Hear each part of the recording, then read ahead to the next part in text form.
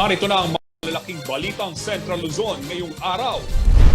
Oportunidad sa Quarry, naging sandalan sa pagbangon ng mga mamamayan ng Porac, Pampanga. 124 na toneladang basura na kolekta ng DENR mula sa mga inilagay na trash traps sa mga dalawian ng tubig sa Bataan, Bulacan at Pampanga. Ilang alkalde sa Northern Luzon umapila sa LTFRB na payagang maging bypass point ang Mabalacat City Passenger Terminal Center ng mga provincial bus. At isang call center agent sa Cabanatuan City, Nueva Ecija na hulihan ng 2.3 million pesos na halaga ng shabu. May Pabengi, Pampanga, magandang gabi Central Luzon. Sa ngalan po ni Nicolette Henson Hizon, ako po si Justin Dizon at narito na ang mga malalaking balitang nakalap ng CLTV News ngayong araw. Maliban sa naiwang deposito ng buhangin sa bayan ng Porac, Pampanga, ay hindi na mababakas ngayon sa mga residente na minsan sila ay napaalis ng lahar sa kanilang tinubuang bayan. Nakalipas ang 3 dekada, halos nagbalik na raw ang mga Poraqueños sa kanilang lugar at ang lahar ay naging gintong mina na nagsalba sa kanilang kabuhayan. Narito po ang ulat ni Paulo G. Santos. Ang bayan ng Porac sa Pampanga ay isa sa unang nakaranas ng dilubyo mula sa malawak na pagkalat ng abo at mainit na pagragasa ng lahar sa Pampanga. 15.68% ang land area ng bayan na ito na bahagi ng probinsya ng Pampanga na mula sa kanyang low-lying areas makikita pa rin hanggang sa ngayon ang bakas ng laki ng volume ng lahar na nagpalubog sa mga infrastruktura at tahanan ng maraming kabalen sa Porac. Si Mang Romeo Villanueva, sa kwento ng pagbangon ng bayan ng Porac, isa umano sa naging hamon noon sa kanilang mga pinatubo returnee ay ang hirap ng transportasyon dahil sa pinsala sa mga connecting roads ng bayan. Bumutok yung pinatubo, talagang mahirap yung buhay namin. Yung daan, hindi mo alam kung saan ka dadaan. Talagang mahirap, kuya. Nung yung mga truck o loader, lilipat ka doon sa Pasig. Ayon kay Mang Romeo, ang senaryo ng survival noon at ngayong pandemya ay magkaiba. Mas maigi umano ngayon na ang suporta ng pamahalaan at ng pribadong sektor ay nagkaisa kumpara noon na pati ang relief goods. Pahirapan. Alang obra. Apo nung yung pamangan talagang relief na mo yung asahan mo. Isa ning relief. Anak pang katsura nga biya, nakalupang yan eh. Pamera mga santing yan eh. Ayon kay Mang Romeo, ang kanilang pagbabalik noon sa nasalantang komunidad ay hindi dahil wala silang malilipatan. Katunayan ay marami sa kanila ang galing sa mga resettlement areas. Ngunit mas ginusto raw nilang magbalik dahil na rin sa nakita nilang oportunidad sa kabuhayan. O kasi kaya ning kabiyayan eh. Balas. Ayan, apong current tracking. Sa tala ng Philippine Statistics Authority o PSA, ang population growth rate ng Porac ay mabilis na nakita matapos ang pagputok ng bulkan at lahar tragedy sa Pampanga. Kung ihahambing ang census noong 1990 hanggang sa 2015 census ng bayan, 56,000 na individual ang dumagdag sa nooy 68,215 na populasyon nito na ngayon nasa 120,000 na. Para sa ama ng bayan ng Porac na si Mayor Jing Capil, ang pagbabalik ng mga residente ng Porac ay naging instrumento rin sa mabilis na pagbangon ng lokal na ekonomiya dahil sa human capital resources nito sa mga nagbukas na industriya. May kapagbalik kami. Ing resiliency daring taga Porac pakit miya.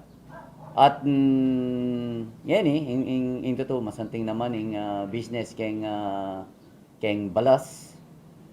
Pero aligay mo makukontento mo naman karin keng balas. Tiwala sa lokal na pamahalaan na maitawid ang mga programang magbibigay ng kabuhayan sa mga mamamayan nito ang naigarantiya umano ng gobyerno. Ayon sa alkalde, hindi lamang ang quarry ang bumubuhay sa mga taga-Porac, kundi pati na ang turismo na ngayon nahaharap sa matinding hamon ng pandemya. At yung ecotourism, ang pong businesses, may ayalawang business na magikayat para keng ikaulad ning balen. Actually, itang ecotourism, itang hot spring ken, itang waterfalls. Ikami yata ken Pampanga, intakal waterfalls. Pinagbago man ng pinatubo ang topografiya ng Porac, ang mga highlands nito na naging tourist spot sa lalawigan ang nagpalago sa ibang kabuhayan. Higit pa umanod rito ay ang mga industrial company na nagbukas sa mga mamayan ng Porac na mag-generate ng higit 30,000 manggagawa. Base sa Bureau of Local Government Finance ang nakitang regular na local revenue ng bayan ng Porac sa fiscal year nito noong 2016. Hindi bababa ito sa 297 bilyon. Mula sa industriya ng pagmimina sa quarry sa buhangin na ngayon nagsisilbing biyaya na galing noon sa sumira sa bayan. Ito rin ang nagpabangon sa maliit na munisipalidad ng Pampanga. Paulo G. Santos, CLTV News. Sa iba pang mga balita, higit 100 tonelada ng basura ang nakolekta ng Department of Environment and Natural Resources mula sa mga trash trap na nakalagay sa iba't ibang daluyan ng tubig sa mga lalawigan po ng Bataan, Bulacan at Pampanga. Hinimok naman ng ahensya ang taong bayan na huwag tanggilikin ang mga single-use plastic products na isa sa mga pangunahing bumabara sa mga naturang waterways. Narito pong detalye ng balitang yan. Naglagay ng nasa 125 trash traps ng Department of Environment and Natural Resources sa mga ilog, sapa at iba pang daluyan ng tubig sa Bataan, Bulacan at Pampanga. Ang mga harang o trash trap ay proyekto ng ahensya para sa paglilinis ng waterways na dumidiretso sa Manila Bay. Umabot naman sa 124 na tonelada ng basura ang natrap sa mga ito. Ganito umano kalaki ang bulto ng dumi na kung hindi napigilan ay pumasok na sa Manila Bay. Simula nang ilunsad ang Manila Bay Rehabilitation Program noong January 2019, higit 4,300 tons ng biodegradable, residual, recyclable at hazardous waste ang nakolekta sa buong gitnang Luzon. Paglilinaw naman ng DNR, hindi makasasagabal sa mga isda at ibang lamang dagat o ilog ang mga trash trap. Paraan din naman ito upang maprotektahan ang kanilang natural habitat sa mga pollutant tulad ng plastic. Hirit pa nila sa publiko sundin ang proper waste disposal at iwasan ang pagtangkilik sa mga single-use plastic product na isa sa mga bumabara sa mga daluyan ng tubig. Nito lamang nakaraang buwan lumabas ang resulta ng pag-aaral ng Netherlands-based organization na Ocean kung saan pang-anim ang Pampanga River sa listahan ng most polluting river pagdating sa plastic waste. Ibig sabihin malaking contributor nito ng basurang plastic sa karagatan. Kasama rin sa listahan ng most polluting river pagdating sa plastic waste na matatagpuan sa Central Luzon, ang ilog ng May Kawayan na nasa ika-5 pwesto. Rainiel Pawid, CLTV News.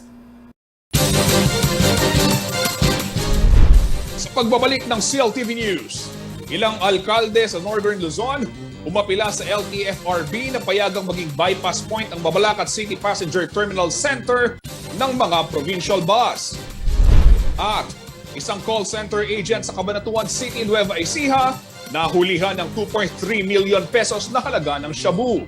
Manatiling nakatutok para sa iba pang mga nangungunang balita sa araw na ito.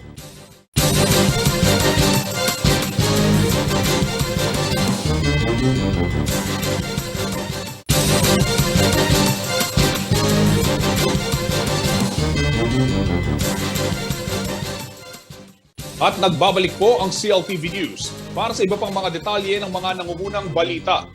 Sumulat na sa Land Transportation, Franchising and Regulatory Board o LTFRB ang mga alkalde sa ilang bayan ng Pangasinan, Nueva Vizcaya at Zambales na pahintulutan sila na maging bypass point ng mga provincial bus ang Mabalacat City Passenger Terminal Center. Para sa iba pang detalye ng balitang yan, narito po ang report ni Paulo G. Santos. Isa sa itinuturing na bypass point ng mga biyahe ng provincial bus sa Northern Luzon ang Mabalacat City Passenger Terminal. At hanggang sa kasalukuyan sa mga binuksang ruta ng LTFRB, kapansin-pansin na point-to-point pa rin ang biyahe mula sa National Capital Region sa mga probinsyang nagpapahintulot ng pagpasok ng mga provincial bus. Sa nakuhang dokumento ng CLTV News sa Memorandum Circular No. 2021-023, na nagpapahintulot na magpapasok ng mga provincial bus mula sa GCQ area at NCR sa MGCQ province sa Northern Luzon. Mula sa point of destination sa Northern Luzon, diretso ito sa Northern Luzon Express Terminal o NLET sa Valenzuela City. 4 na bayan na sa probinsya ng Pangasinan ang sumulat sa LTFRB. Ang bayan ng Sison, Alaminos, Lingayen at Dagupan City. Gayon na rin ang bayan ng Aritao sa Nueva Vizcaya at bayan ng Santa Cruz sa lalawigan ng Zambales. Ayon kay Elmer Lopez, General Manager ng Mabalacat City Passenger Bus Terminal, lumikha ng kalituhan sa mga mananakay ang anunsyo ng LTFRB nitong Abril na sinasabing bukas na ang ruta ng mga provincial bus sa Northern Luzon. Kaya yan nga yung ginawa ng Victory. Pumunta sila sa Dagupan. Nag-request sila sa mga mayors doon. Nagbigay naman.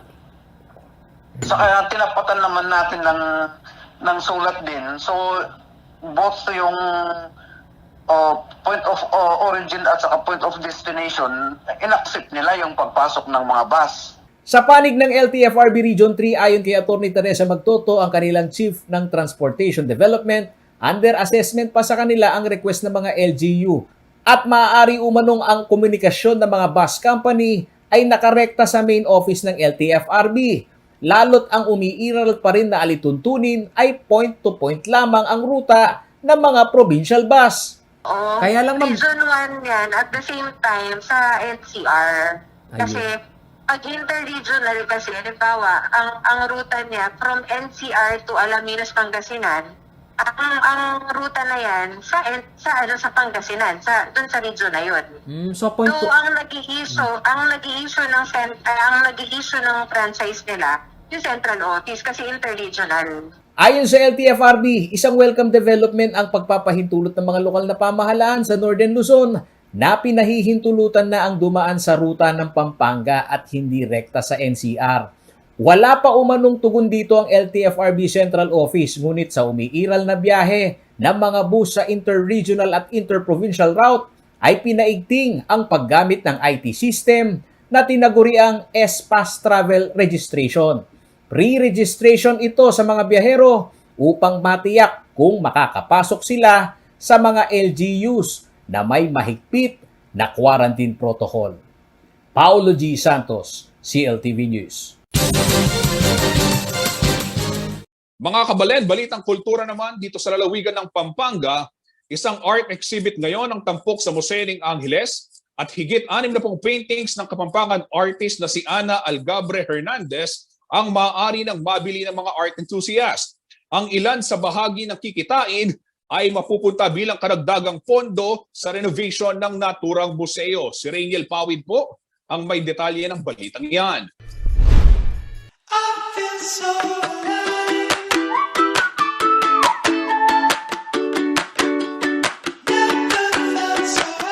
Nitong June 12, araw ng kalayaan, binuksan sa publiko ang Pinari Art Exhibit sa Museo ng Angeles. Higit 60 obra maestra ng Kapampangan painter na si Ana Algabre Hernandez ang nakadisplay sa museo. Maaaring bilhin ng mga one-of-a-kind na likha ni Hernandez na sumesentro sa temang Pinari, na ang ibig sabihin ay rainbow o bahaghari. Bahagi ng kikitain mula sa exhibit ay mapupunta para sa renovation project ng museo. Actually, I am very happy with this art exhibit. It's actually the first time also that I will participate in an exhibit that I will have some of the paintings for sale and the proceeds kasi will go to the museo. So I really take this as an opportunity. It's a good pagkakataon for me na makapag-ambag kahit konti lang here in Angeles where I was born. Karamihan sa mga likhang sining ay nagbibigay pugay sa kababaihan, kalikasan at maging sa mga miyembro ng LGBTQI+ community. It's more of the capacity of a woman to nurture. So it's for everybody. And then the environment, as you can see, it's very natural, unaltered by materialism and consumerism. Para sa mga nais masilayan ang mga artwork na certified Kapampangan made, maaring bisitahin ang Museo ng Angeles hanggang sa July 12. Patunay lamang ang exhibit sa malikhayang imahinasyon at makulay na kultura ng mga Kapampangan. Rainiel Pawid, CLTV News.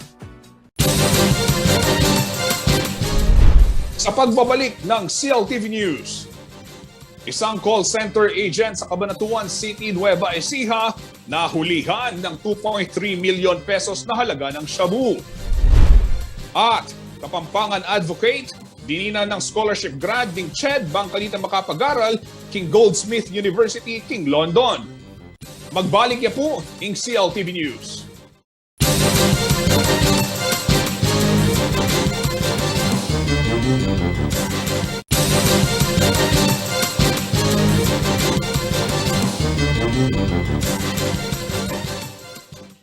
Nagbabalik po ang CLTV News.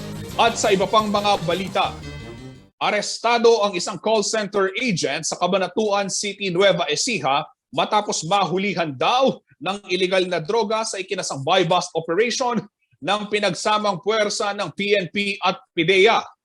Tinatayang nasa 2 milyong piso ang halaga ng nasamsam na droga mula sa suspect. Ang iba pang detalye ihahatid sa atin ni Rainiel Pawit. Hindi na nakapalagpa ang babaeng call center agent mula sa mga operatiba ng PNP at PIDEA matapos mahuli sa isang buy-bust operation sa Cabanatuan City, Nueva Ecija. Kinilala ang nadakip na si Cheryl Santos, call center agent, 43 anyos at residente ng Santo Domingo, Nueva Ecija. Nakumpiska mula sa suspect ang 340 grams ng hinihinalang shabu at mga drug paraphernalia. Tinatayang higit 2.3 million pesos ang street value ng mga nakumpiskang suspected shabu. Matagal na umanong minamatyagan ng pulisya ang talamak na bentahan ng illegal na droga sa lugar lalo na nang magsimula ang pandemya. Hindi naman na nagbigay ng pahayag ang suspect. Naharap siya ngayon sa patong-patong na kaso kabilang ng paglabag sa possession of dangerous drugs, Section 15 ng Use of Dangerous Drugs at Comprehensive Dangerous Drugs Act of 2002. Rainiel Pawid, CLTV News. At sa iba pang mga balita, ito po ang mga kabalen, mga kahiyon, balitang basketball naman tayo. Tiniyak ni BCDA President and CEO Vince Dizon na nakasunod ang Pilipinas sa kalidad ng International Sporting Health Security Protocol para sa magaganap na FIBA Asia Cup 2021 qualifiers dyan po sa may Clark Freeport Zone. Ang sports event umano na ito ay indikasyon lamang na may tiwala ang mga karatig bansa sa pag-host ng Pilipinas sa mga sporting events sa kabila ho ng COVID-19 pandemic. At para pa sa ibang detalye ng balitang yan, makakasama natin live si Paulo G. Santos. Paulo, para sa kalinawan lang, no, para sa ating mga manonood, ano, ito ay bubble games, ano, at ano yung aasahan, no, ano yung mga inihanda ng BCDA at saka ng mga organizers para matiyak nga itong tinatawag nilang security, no, lalo't lalo na may pandemya ho ngayon.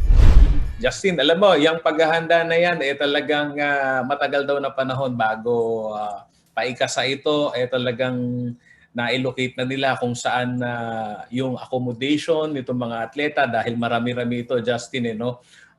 Dito sa Quest Hotel, sa Mimosa, yung lahat ng players, no? Itong Gilas Pilipinas at gayon na rin itong South Korea at ilang pang mga kalahok tulad ng Indonesia at China, no? At yun namang mga ilang pang kasama o yung mga coaching staff at gayon na rin itong SBP, no? Meron ding isang hotel na ibinukod itong mga to. At gayon na rin kung dun sa tinatanong mo kumusta yung paghahanda natin dun sa mismong court, kung saan yung inaabangan natin na paglalaro ng Gilas Pilipinas.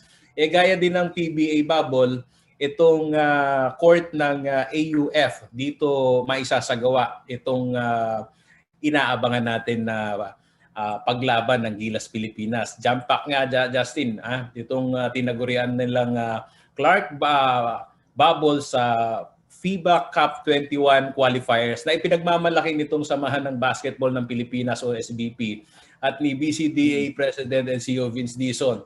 Dahil dun sa kanilang preparasyon, tiyak daw na makakasama dyan yung mga fans, Justin, at na po pwedeng manood no, live.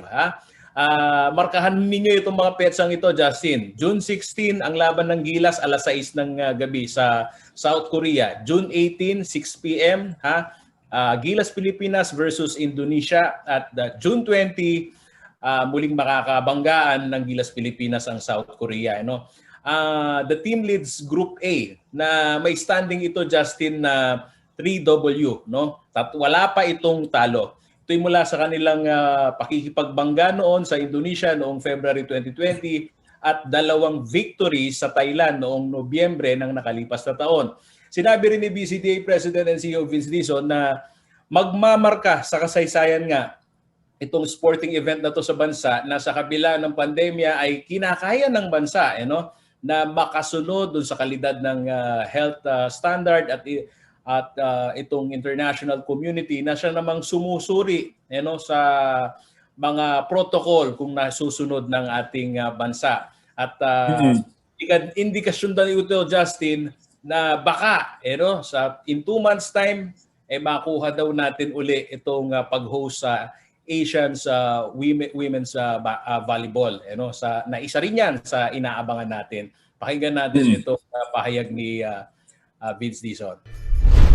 What we're trying to do now is we're trying to attract more international events to show the world that the Philippines is ready.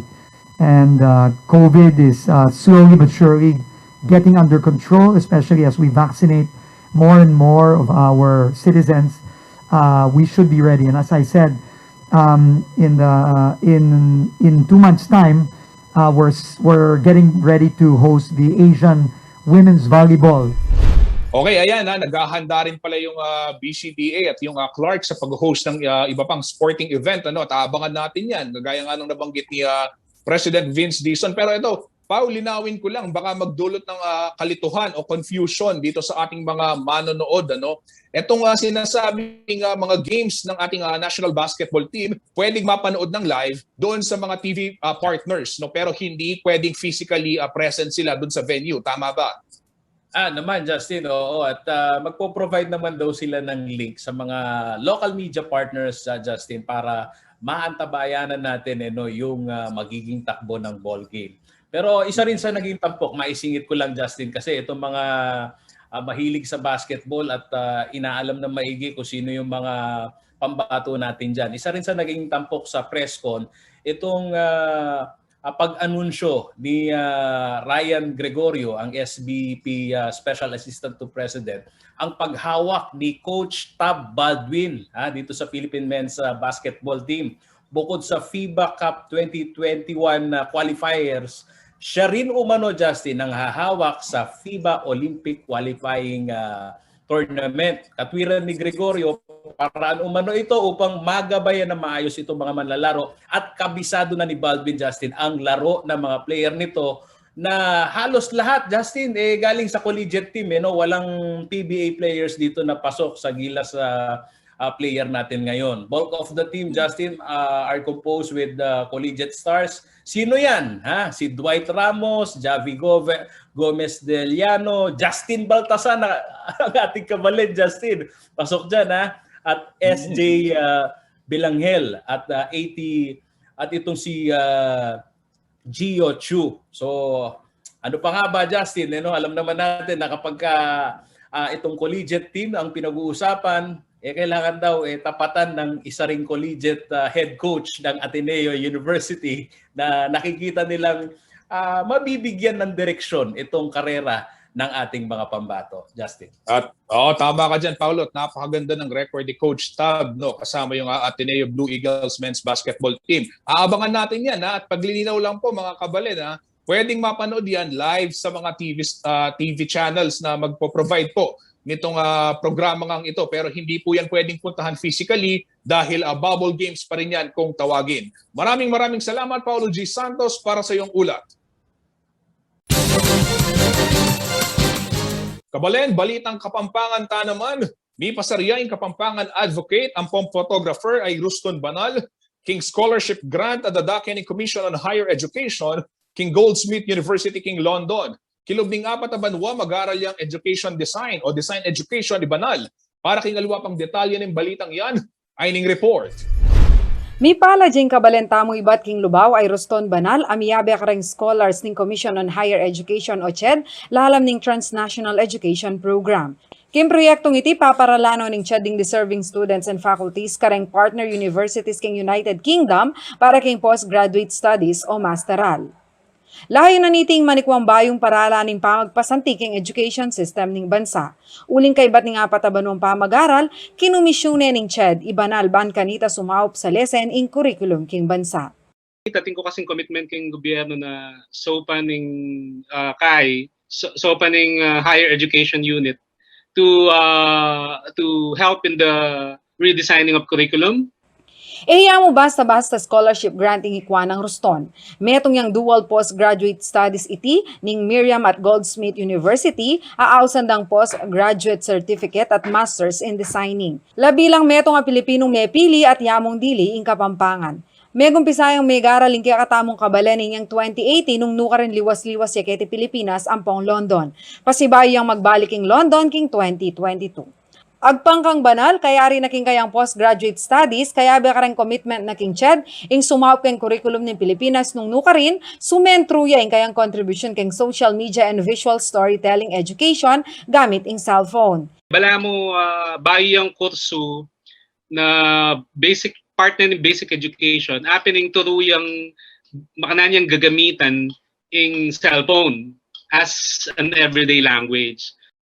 Iruston Banal, tao yaking Balen Guagua. Meto yang award-winning photographer, nung nuka rin keraklan karang sentro ning kayang obra, apining kulturang Kapampangan.